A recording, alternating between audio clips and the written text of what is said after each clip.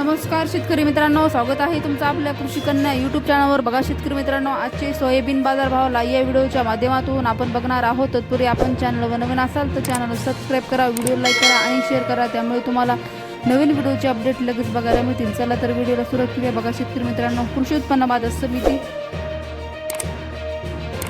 अमरावती अवकाळी 80 क्विंटल, किमान दर 7,800 रुपये, कमाल दर 8,050 रुपये, सर्वसाधारण दर 7,925 रुपये।